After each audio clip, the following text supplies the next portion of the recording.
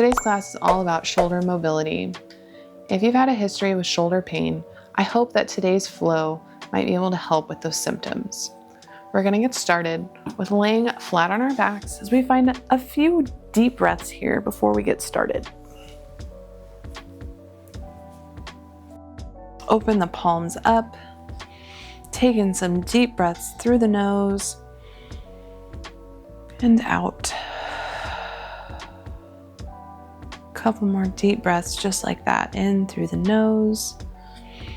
Really try to expand the lungs and exhale. Just try to focus on breathing in some positive energy and exhale any negative energy or negative thoughts before today's class.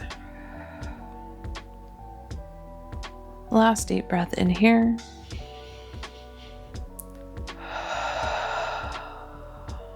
Perfect. Let's tee the arms out to the side and bring the knees up. We're going to start by coming over to the left, and let's bring the hands together. We're going to do some rainbows here on the floor, just dragging your fingernails on the floor until your arms become nice and in line with one another. Make sure that you can get that right shoulder blade at least pretty close to the ground before bringing the palms back together. Really focusing on the mobility that's up and overhead at this shoulder joint. Once the arms are teed out, let's bring the knees back to center and then over to the right. Slap those palms together and drag those fingernails on the ground up and overhead. Try to get that left shoulder blade down to the ground as the arms are in a straight line. And let's do one more rainbow here. Bring those hands up overhead, and once you're in a straight line, bring those knees back to center. All right, dropping the feet to the earth, let's go ahead and try working on pressing our head into the ground. This is really working on some strength of the neck muscles, engaging in the back of the head. We're not always so used to moving our head in this direction as we are slumped over our phones. Our neck is always forced in the opposite direction. So here, by forcing our head back and into the earth, we're engaging some much needed muscle action here. Doesn't get a lot of use. Release from there, and let's round the spine, give our knees a great big hug, and roll up into a seated position. Okay. Let's bring the hands up on the inhale, and then exhale, cactus the arms, slight back bend as we are opening up through the collarbones, leading with the chest.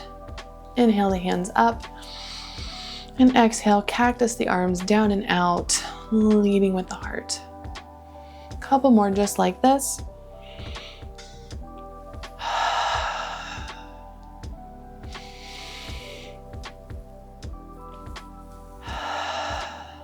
Last one, inhale the hands up, tall spine, and then exhale, cactus the arms, bending your back just a little bit, opening up through the heart. Let's bring our hands out to our sides. We're going to pretend that we have some dials on each side of our mat. They need to be turned, so we're just going to rotate forward and backwards as much as we can. So dropping the thumbs forward, maybe they're all the way down towards the ground, and then see if we can rotate our hands backwards so our thumbs are sort of pointing toward the back of the room. Just do a couple more of these, really focusing on those shoulders. How far forward can you twist that whole front of the shoulders and the arms, and then backwards, making sure those shoulder blades are coming closer together, opening up through the chest. Couple more just like that. I'm going to plant my left hand toward the ground and lean my head over to the right. I'm going to set my right hand on top of my head to just add a little bit of weight as we feel a stretch in through the traps, the side of the shoulder here. You're welcome to nod your head yes, feeling a stretch in a different spot, and then no, or backwards. feeling it through the front part of the shoulder. Let's plant the right hand down to the ground, left ear to the left shoulder, left arm is going to come up, set on the head.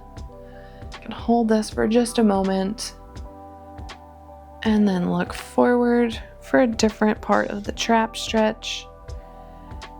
And then bring that chin up and back slightly, feeling it through the front part of the shoulder.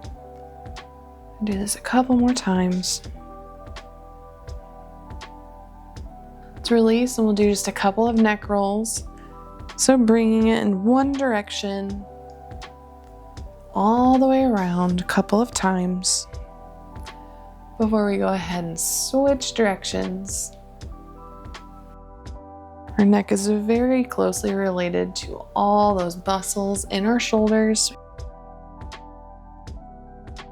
So next we're going to do a bind. Let's keep our hands behind our back, making sure our palms are sealed, our thumbs are rooted down the base of our spine, opening up through the chest and the collarbones. But we don't want to flare the ribs, so make sure to engage the core. Couple deep breaths in.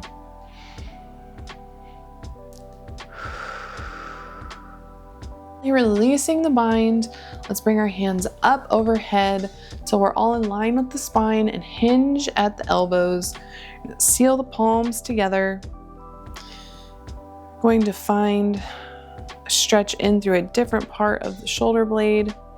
Always welcome to keep this dynamic. If you want to make it a side stretch as well, you can lean off to one side or the other. Just make sure the upper arms are staying in line with the rest of the body, while the forearms are dipped back behind the head.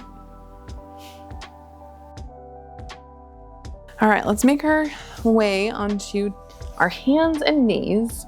We're gonna do a couple of cat and cows. As our spine is very closely related to our shoulders, we wanna make sure we're also focused on spinal health. So take a deep breath in, dropping the belly, looking up for cow. And then exhale, bring the belly button toward the ceiling, round the spine, bringing the shoulder blades further away from one another. This is cat pose. And then inhale, bring the shoulder blades closer together as you lead with the heart for cow. And last one, bring the belly button up, rounding the shoulders. All right, here I'm gonna kickstand my right leg out. I'm gonna bring my left leg straight out behind me, and we're gonna do some of those rainbow shapes from this pose. So leading with the pinky, bringing it up and overhead, and then coming back. And as you bring the pinky back down, make sure that it's meeting the floor. Palm is toward the back of the room. Pinky is gonna flip and then lead down towards your hip. Making sure we're keeping our shoulders in a safe position as we do this pose. So really be cognizant of where your pinky is as the arm's moving. Last one here. All right, now this time I'm going to bring my hand up onto my hip, and we're just gonna rotate the chest up, bringing the elbow back, sort of rotating through the thoracic cage here or the upper spine. Nice chest opener. And let's set the hand down next to the other and do this on the other side. So kickstand the left leg out, right leg is straight. We're going to lead the pinky back toward the hip. And then once you're halfway, make sure that it's leading down toward the ground. Hand is sort of moving. Once it's at the top, pinky toward the hip, and then pinky to the ground. Still creating these rainbow shapes, but now we are getting a different part of the shoulder involved with these rainbows.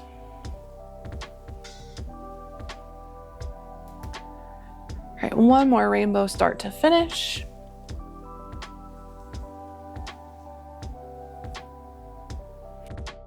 Now let's bring our hand to our hip, Really try to revolve the upper chest open, looking up towards the ceiling, opening up through the chest, bringing those shoulder blades closer together.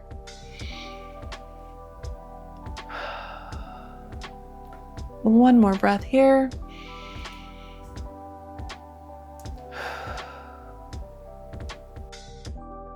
Let's come back to our tabletop position, and then we're going to lower down to the belly. And do a couple cobras. Now, a reminder that we are not putting a lot of weight in our hands as we rise up, inhaling, bringing those shoulder blades down away from the ears, bring them a little closer together, and exhale, release. Inhale up. We are engaging the back muscles.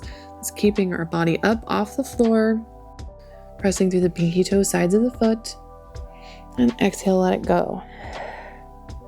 One more time. This is getting us ready for our next pose, where we are focused on inhaling up and exhaling down. So now I want you to bring your hands above your head here, just clasped together behind the head, or at least touching. So we're going to inhale up and switch. So we're swimming or bringing our arms back behind us to our low back, and exhale, letting it go.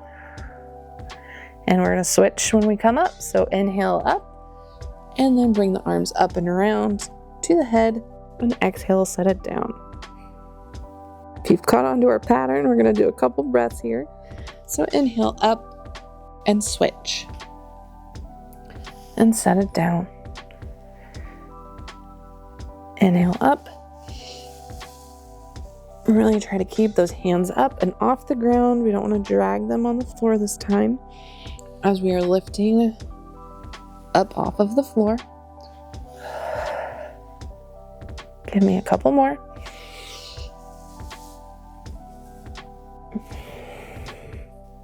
And last one.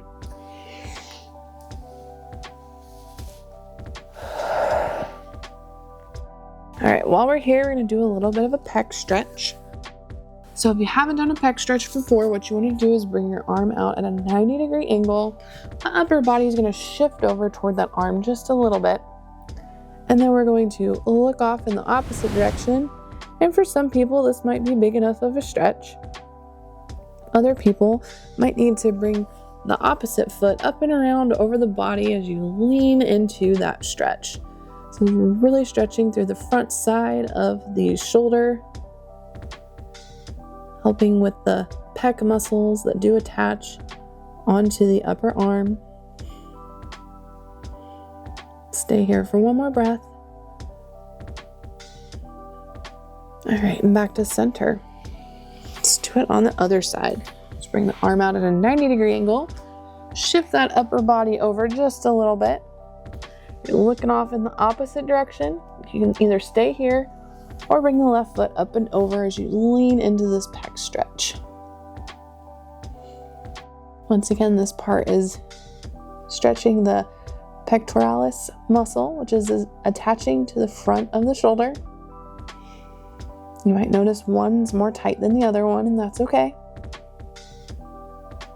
Last breath here. All right, let's let it go.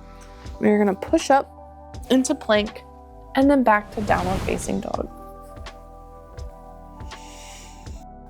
Whew. So here in downward facing dog, we want to make sure that we are remaining buoyant or bouncy in our shoulders.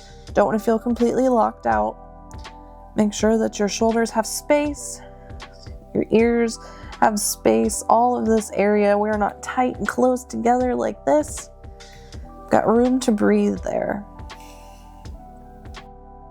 Make sure that your 10 toes are facing forward and you've got energy through the thigh bones to the back of the room. One more deep breath in here in downward facing dog. All right, last pose is going to be dolphin. So come down to the forearms. You can either keep the palms sealed to the ground or palms sealed together. Now this is kind of like those arms we had earlier where our upper arms were in line with the spine And then we were hinging at the elbows where the forearms were dropping behind the head. Had that pose picked out to sort of prep us for dolphin, making sure that your shoulders were warmed up for this big pose. And we're going to keep pushing the floor away with your elbows this time, but still remaining buoyant in the shoulders. And last deep breath here.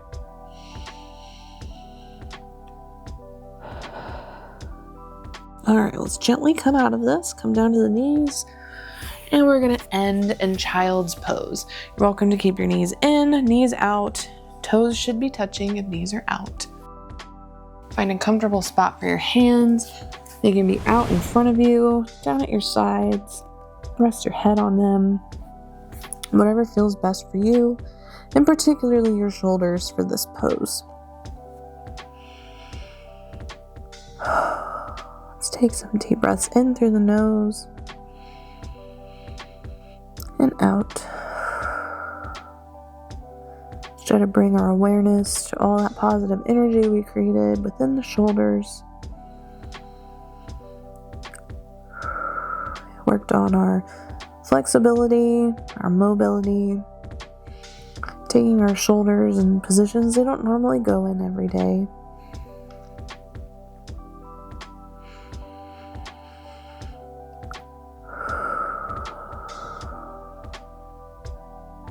Let's also take time to thank our bodies for their hard work. Let's find some gratitude for another day within these bodies and trying to do the work to keep them healthy. One more deep breath in together. And exhale. Feel free to stay here as long as you need. Thank you for taking today's shoulder-focused class. I hope that it is able to provide you with increased mobility and maybe even some pain relief. I hope your yoga practice continues to thrive.